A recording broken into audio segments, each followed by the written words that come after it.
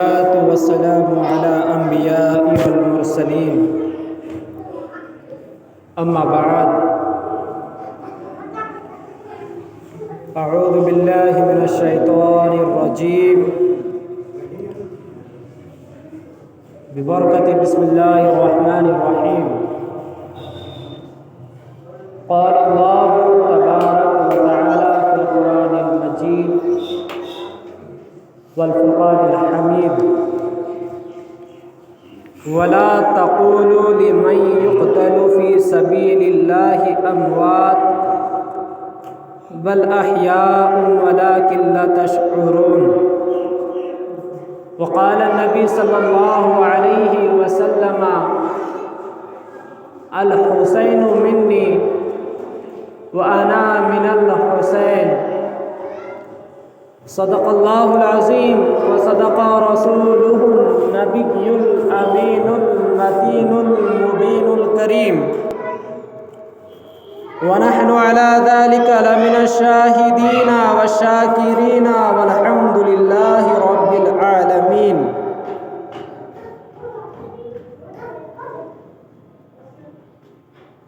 عزیزان ملت اسلامیہ، السلام علیکم ورحمۃ اللہ وتعالی وبرکاتہ۔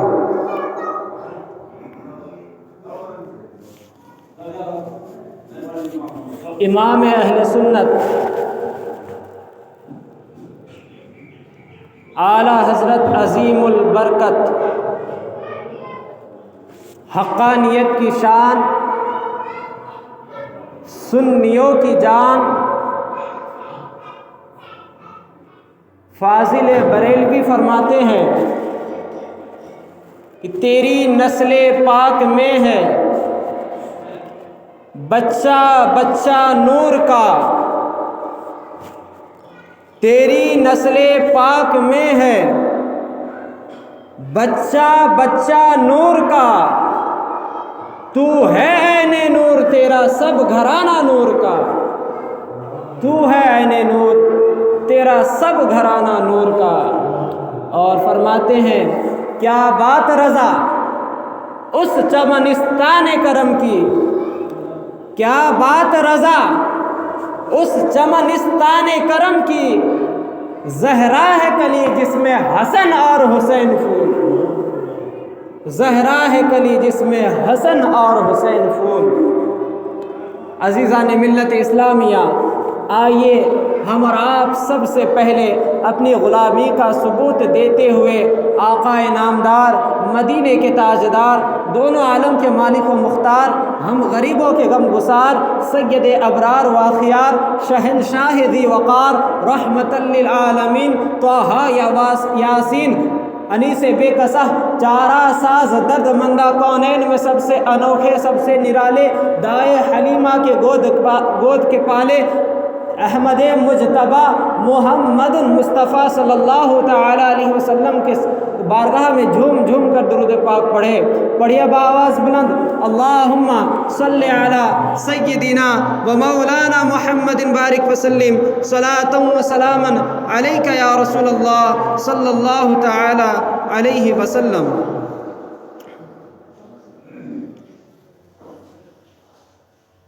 شاعر لکھتا ہے کہ حسین تیرا، حسین تیرا، حسین میرا،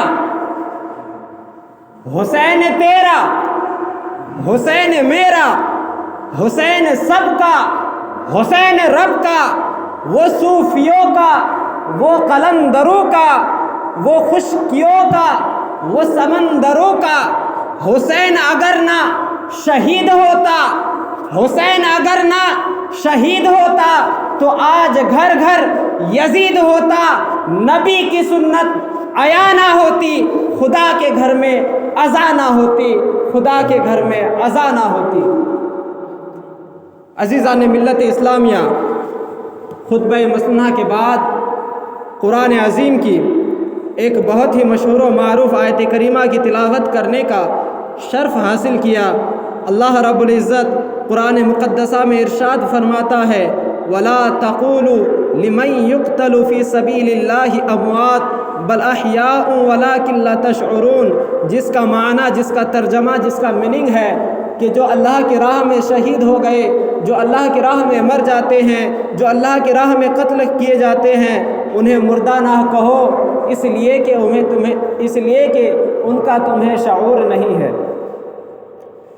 اور اس آیت مقدسہ کے بعد میں نے اپنا عنوان سخن نبی کریم صلی اللہ علیہ وسلم کا فرمان عالی شان کو انتخاب کیا، جس میں سرکار دو عالم صلی اللہ علیہ وسلم ارشاد فرماتے ہیں الحسین منی وانا من الحسین۔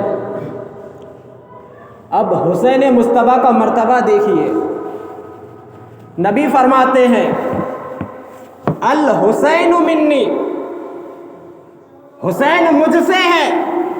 کون فرما رہا ہے؟ کوئی عام شخصیت نہیں، بلکہ مدینے کے تاجدار، دونوں عالم کے مالک و مختار احمد مجتبی محمد المصطفیٰ اپنے نواسے کی شان میں کہتے ہیں الحسین منی، کہ حسین مجھ سے ہے، وانا من الحسین، اور میں حسین سے ہوں۔ یہ مقام حسین ہے۔ حضرات گرامی، آیت مبارکہ کی تفسیر یہ ہے کہ اللہ تعالی لوگوں سے خطاب ہوتا ہے، انسانوں سے مخاطب ہوتا ہے، اور اپنی مقدس کتاب میں اپنی کلام کو ظاہر کرتا ہے کہ اے لوگوں، جو اللہ کی راہ میں شہید ہو جاتے ہیں، جو اللہ کی راہ میں قتل ہو جاتے ہیں، انہیں مردہ نہ کہو، انہیں مردہ نہ کہو۔ جو اللہ کی راہ میں شہید ہو جاتے ہیں وہ زندہ ہوتے ہیں، اور انہیں سمجھنے کا تمہیں شعور نہیں ہے۔ جو شہید ہو جاتے ہیں ان کو سمجھنے کا تمہیں شعور نہیں ہے کہ وہ کیسے زندہ ہے، کیسے مر گئے، کیسے قتل ہو گئے، کیسے شہید ہو گئے۔ تمہاری عقل عاجز ہو جائے گی یہ سمجھنے میں، لیکن تم سمجھ نہیں پاؤ گے۔ حضرات گرامی، اللہ تعالیٰ نے جب شہداء کے بارے میں یہ فرمایا کہ شہیدوں کے جو شہید قتل ہو جاتے ہیں، جو اللہ کی راہ میں شہید ہو جاتے ہیں، انہیں مردہ نہ کہو، تو اب اس پوائنٹ کو نوٹ کیجئے کہ حضرت امام حسین رضی اللہ تعالی عنہ اللہ کی راہ میں شہید ہوئے، اللہ کی راہ میں قتل کیے گئے، تو کیا وہ مردہ ہے؟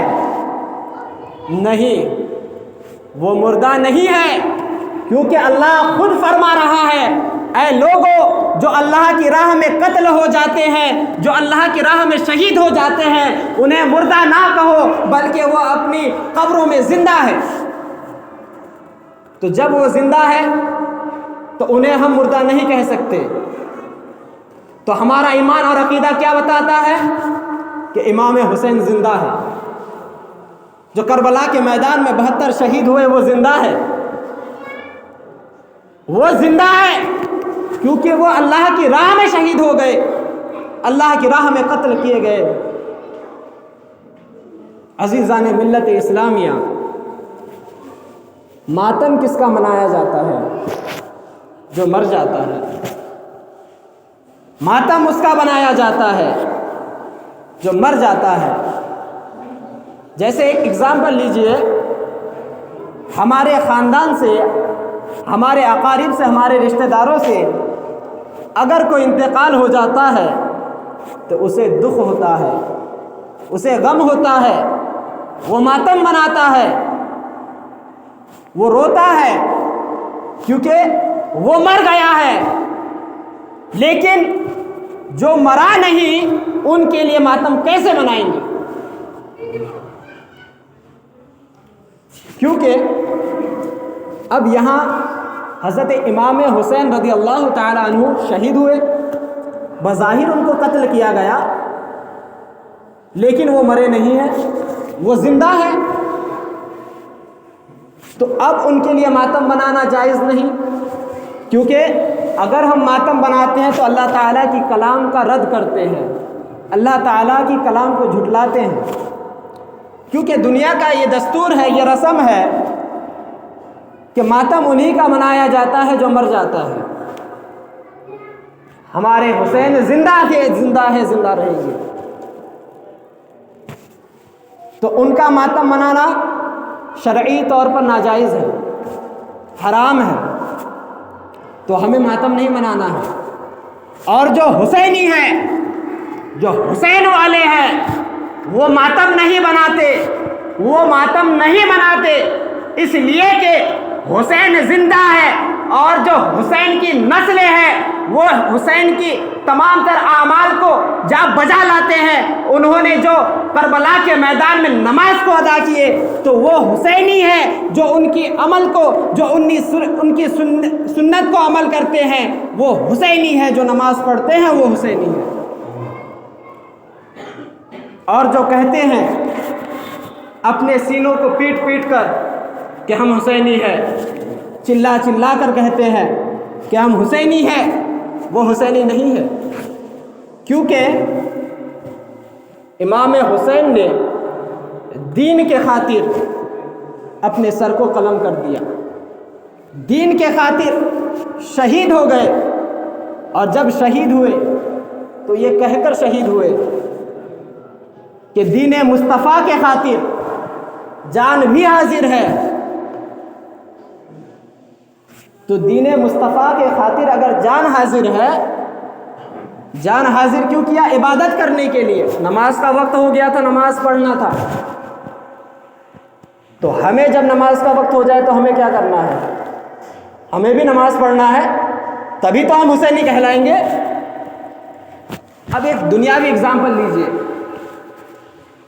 اگر آپ کسی کو مانتے ہیں، کسی کے پیروکار ہیں، کسی کو آپ فالو کرتے ہیں، جیسے ایک بادشاہ ہے، اس بادشاہ کو جب آپ فالو کرتے ہیں، جب وہ اپنی رعایا سے حکم دیتے ہیں کہ فلاں شخص یہ کام کرو، فلاں شخص وہ کام کرو، تو ان کے جو درباری ہوتے ہیں، ان کے جو ماننے والے ہیں، اس بادشاہ کو جو فالو کرتے ہیں وہ ان کے حکم کو مانتے ہیں،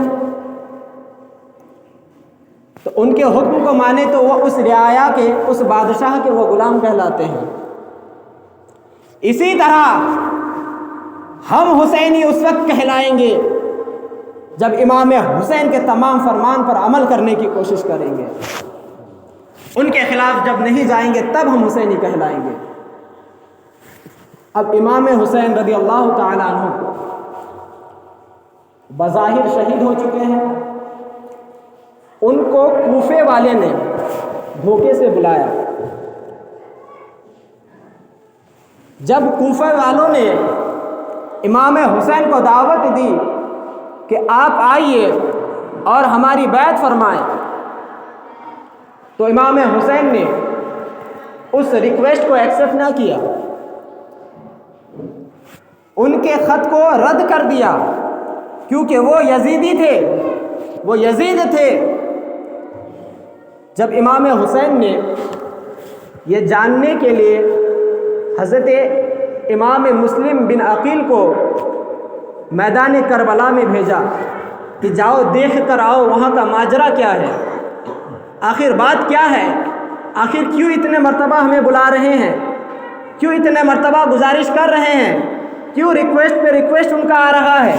تو امام حسین رضی اللہ تعالیٰ عنہ نے جب امام مسلم بن عقیل کو بھیجا تو امام مسلم بن عقیل کربلا کے میدان میں گئے، کوفہ والوں کے پاس گئے، تو کوفہ والوں نے ان کا سواگت کیا، ان کا ویلکم کیا بڑی شان و شوکت سے، اور ان سے کہا گیا، یزیدیوں نے کہا کہ اے امام مسلم بن عقیل ہمیں اپنے ہاتھوں سے بیعت فرمائے، ہمیں اسلام قبول فرمائے۔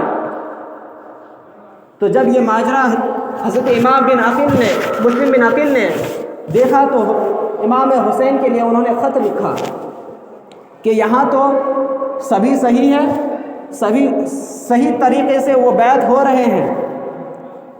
جب یہ خط امام حسین رضی اللہ تعالیٰ عنہ کے پاس پہنچی تو امام حسین نے ارادہ کیا کہ ہم کوفہ والوں کے پاس جائیں، کربلا کے میدان میں جائیں۔ جب امام حسین کربلا کے میدان میں پہنچے تو ان یزیدیوں کی غداری کو دیکھو کہ جب وہ امام حسین نہیں آئے تھے تو وہ خود کو صحیح بتا رہے تھے، خود کو اچھا بتا رہے تھے، خود کو اسلام کا ماننے والا بتا رہے تھے اور کہہ رہے تھے کہ ہمیں اسلام میں داخل کر دیجئے، ہمیں اسلام میں قبول فرمائیں۔ یہ کب کہہ رہا تھا؟ جب امام حسین کربلا کے میدان میں نہیں پہنچے تھے۔ لیکن جب امام حسین کربلا کے میدان میں پہنچ گئے تو ان کی غداری کو دیکھیے، ان کے دھوکے کو دیکھیے کہ ان کا رویہ بدل گیا اور وہ امام حسین رضی اللہ تعالیٰ عنہ کو شہید کر دیے۔ تو غداری کس کے نسلوں میں ہے؟ یزیدیوں کے نسلوں میں ہے، یزید کے نسل میں غداری ہے، حسینی کے نسل میں غداری نہیں ہے۔ جب امام حسین رضی اللہ تعالی عنہ شہید ہو گئے تو یزید جو تھے ان کے سر کو، ان کے سر مبارک کو اپنی تلوار کی نوک پر لے کر گلی گلی پھرتے تھے، مذاق بناتا تھا، ہنسی مذاق کرتا تھا اور لوگوں سے کہتا تھا کہ دیکھو حضرت علی کے بیٹے کے امام حسین رضی اللہ تعالیٰ عنہ کو ہم شہید کر دیے۔ اور وہ گلی گلی جا کر تماشے کرتا تھا۔ اللہ اکبر۔ اور آج اگر ہمارے گلیوں میں، ہمارے محلے میں کچھ ایسا نظارہ نظر آتا ہے تو ہمیں سمجھ جانا چاہیے کہ یہ امام حسین کے نسل سے نہیں بلکہ یزید کی نسل سے ہے۔ اب انتخاب آپ کو کرنا ہے، فیصلہ آپ کو کرنا ہے کہ آپ امام حسین کے نسل سے ہیں یا یزید کے نسل سے ہیں۔ اگر آپ امام حسین کے نسل سے ہوں گے تو یہ تماشے نہیں کریں گے، اور یزید کے نسل سے ہوں گے تو ان کے عمل کو جا بجا لائیں گے۔ امام حسین رضی اللہ تعالی عنہ اور ان کے بچوں کو جب کوفہ میں بلایا گیا، کربلا کے میدان میں بلایا گیا تو 72 تھے، اور کوفہ والے یزیدی 22,000 کے لشکر کو تیار لے کر بیٹھے ہوئے تھے کہ جب امام حسین آئیں گے تو انہیں قتل کر دیا جائے گا، انہیں شہید کر دیا جائے گا۔ اب یہاں پہ غور کیجئے کہ ادھر 72 اور ادھر 22,000 لشکر، تو جو حق پر ہوتے ہیں ان پر ہر چیز بھاری ہوتا ہے۔ امام حسین حق پر تھے، ان کے طرف 72 کا لشکر، یزیدی حق پر نہیں تھے تو ان کے طرف 22,000 کا لشکر۔ 22,000 سوچنے سمجھنے کی بات ہے، کہا 72 کہا 22,000، لیکن ان کے دل میں خوف تھا، ڈر تھا یزیدیوں کے دل میں کہ کہیں امام حسین آ گئے جو کہ حضرت علی کے خون سے ہے، علی کے نسل سے ہے، اگر وہ میدان میں اتر گئے تو یہ 22,000 کے لشکر ہمارے لیے کم پڑ جائے گی۔ تو انہیں دھوکے سے بلایا گیا اور انہیں شہید کیا گیا۔ اب ایک پوائنٹ یہاں نوٹ کیجئے کہ جو حسینی ہے وہ جنتی ہے اور جو یزیدی ہے وہ جہنمی ہے۔ کیوں؟ کہ نبی کریم صلی اللہ علیہ وسلم نے فرمایا میرے حسین اور میرے حسن جنت کے نوجوانوں کے سردار ہیں، جنت کا سردار ہے۔ تو جو جنت کا سردار ہے اگر ہم ان کے مخالف جائیں گے تو کیا ہم جنت کا حقدار بنیں گے؟ نہیں۔ اور جو جہنم کا حقدار بنے گا وہ یزیدی کے نسل سے ہوگا۔ ایک ایگزامپل لیجئے کہ اگر آپ ایک بادشاہ کو مانتے ہیں، اس کی پیروی کرتے ہیں، اور اس کے خزانے سے آپ کچھ مانگنا چاہتے ہیں، اس کے خزانے سے کچھ طلب کرنا چاہتے ہیں، تو آپ کیا کریں گے؟ اس بادشاہ کی باتوں کو تسلیم کریں گے اور ان کے حکم کو مانیں گے۔ اگر اس بادشاہ کی باتوں کو تسلیم نہیں کریں گے، ان کے خلاف جائیں گے، ان کی خلاف ورزی کریں گے، ان کے مخالف ہو جائیں گے، تو کیا وہ اپنے خزانے سے آپ کو کچھ دے گا؟ نہیں دے گا، کیونکہ آپ ان کے خلاف ہیں، آپ ان کے مخالف ہیں، آپ ان کی برائی کرتے ہیں۔ اسی طرح جو جنت کا سردار ہے، اگر ان کے خلاف جائیں گے تو تم جنت کے حقدار نہیں بنو گے۔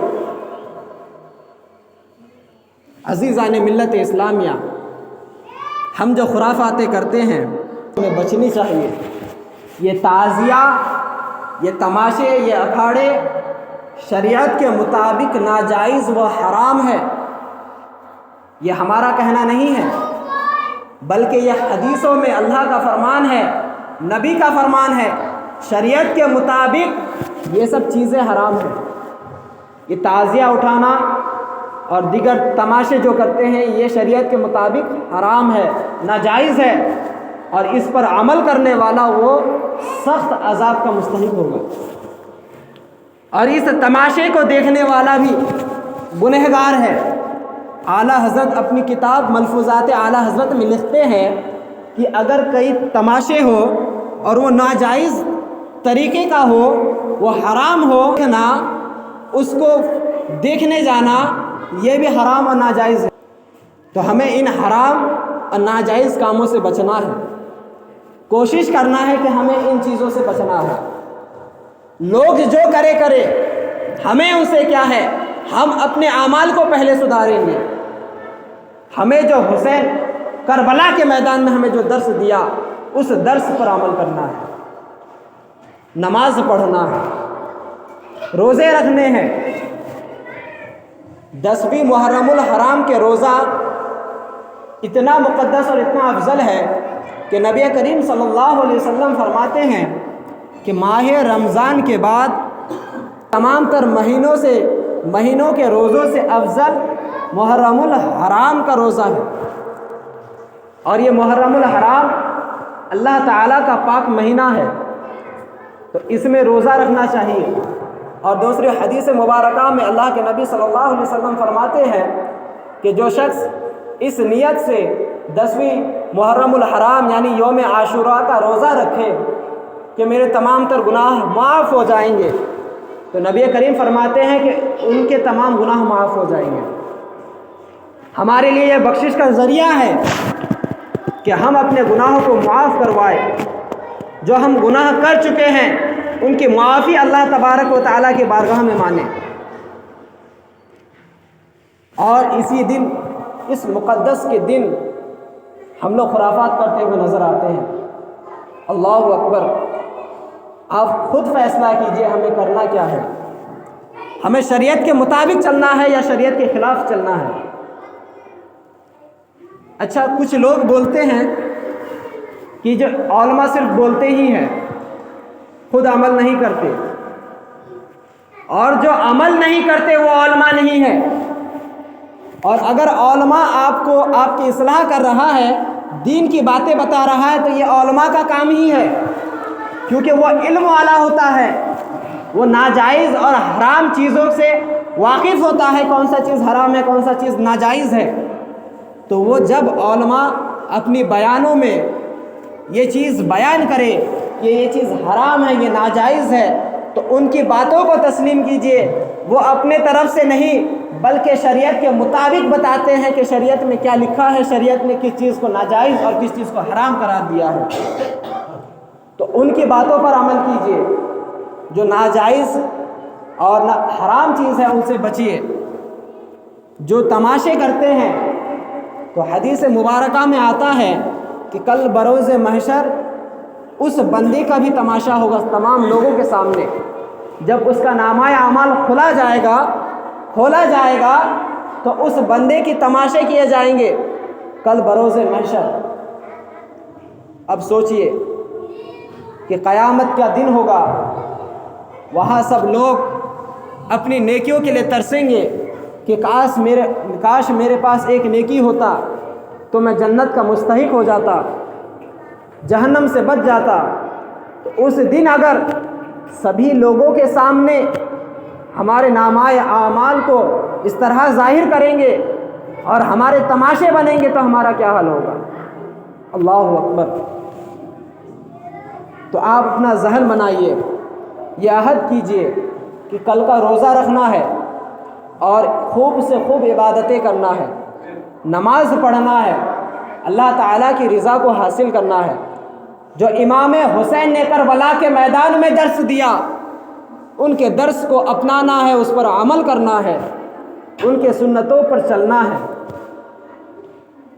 اللہ تعالیٰ سے دعا ہے کہ ہمیں تمام تر برائیوں سے، خرافات سے بچنے کی توفیق عطا فرمائے اور ہمیں امام حسین رضی اللہ تعالیٰ عنہ کے سیرت مقدسہ پر چلنے کی توفیق عطا فرمائے۔ میرے کہنے یا بولنے میں کسی قسم کی غلطی یا خامی ہو تو اپنے حبیب کے صدقے طفیل سے اللہ تعالیٰ معاف فرمائے اور اپنی بارگاہ میں قبول فرمائے اور ہمیں کہنے سننے سے زیادہ اس پر عمل کرنے کی توفیق عطا فرمائے۔ وآخر دعوانا ان الحمد للہ رب العالمین۔